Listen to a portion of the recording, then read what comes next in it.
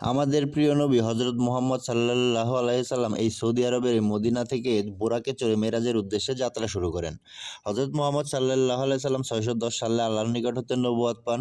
ঠিক তার 10 বছর পর 620 থেকে 621 সালের দিকে তিনি আল্লাহর নির্দেশে হজরত জিবরাইল আলাইহিস সালামের সাথে বুরাক নামক একটি যানবাহনে চড়ে আল্লাহর সাথে দেখা করতে মিরাজে যান। হজরত মুহাম্মদ সাল্লাল্লাহু আলাইহি সাল্লাম মিরাজে যাওয়ার সময় এই মদিনা থেকে সর্বপ্রথম বুরাকে চড়ে এই যে এখানে দেখতে পাচ্ছেন ইসরাইল এবং এখানে রয়েছে প্যালেস্টাইন।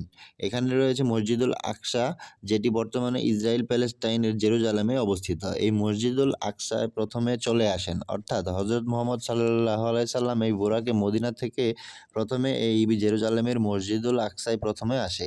এই মসজিদুল আকসায় হজরত মুহাম্মদ সাল্লাল্লাহু আলাইহি সাল্লাম অন্যান্য নবীদের সাথে জামাতে নামাজ আদায় করেন, যেখানে আমাদের প্রিয় নবী হজরত মুহাম্মদ সাল্লাল্লাহু আলাইহি সাল্লাম সেই নামাজের ইমামতি করেন।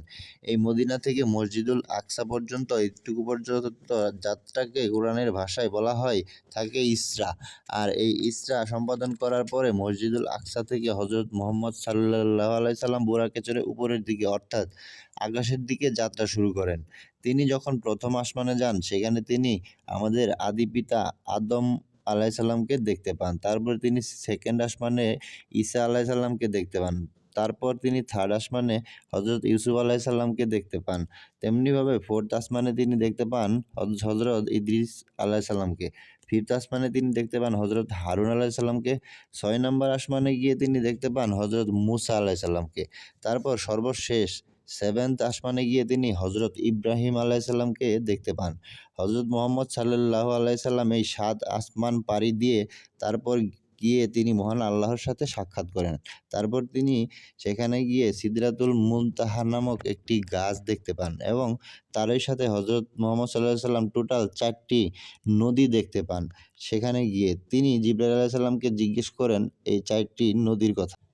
তারপর জিবরাইল আলাইহিস সালাম হজরত মুহাম্মদ সাল্লাল্লাহু আলাইহি সাল্লামকে উত্তর দেন যে এই 4টি নদীর মধ্যে 2টি হচ্ছে ভিতরের দিকে প্রবাহমান, অর্থাৎ নদী দুটি জান্নাতের দিকে প্রবাহমান।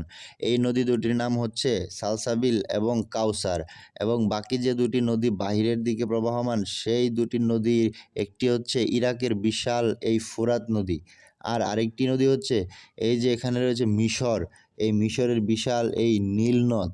পরিশেষে হজরত মুহাম্মদ সাল্লাল্লাহু আলাইহি সাল্লাম এই 7 আসমানের উপরে গিয়ে আল্লাহর সাথে সাক্ষাতের পরে তিনি আমাদের জন্য 5 ওয়াক্ত নামাজ উপহার হিসেবে নিয়ে আসেন, যার ফলশ্রুতিতে পৃথিবীর মানুষজন প্রত্যেক দিন 5 ওয়াক্ত নামাজ আদায় করে। এই 5 ওয়াক্ত নামাজ প্রথমে 40 ওয়াক্ত হিসেবে এসেছিল, কিন্তু হজরত মুসা আলাইহিস সালাম এর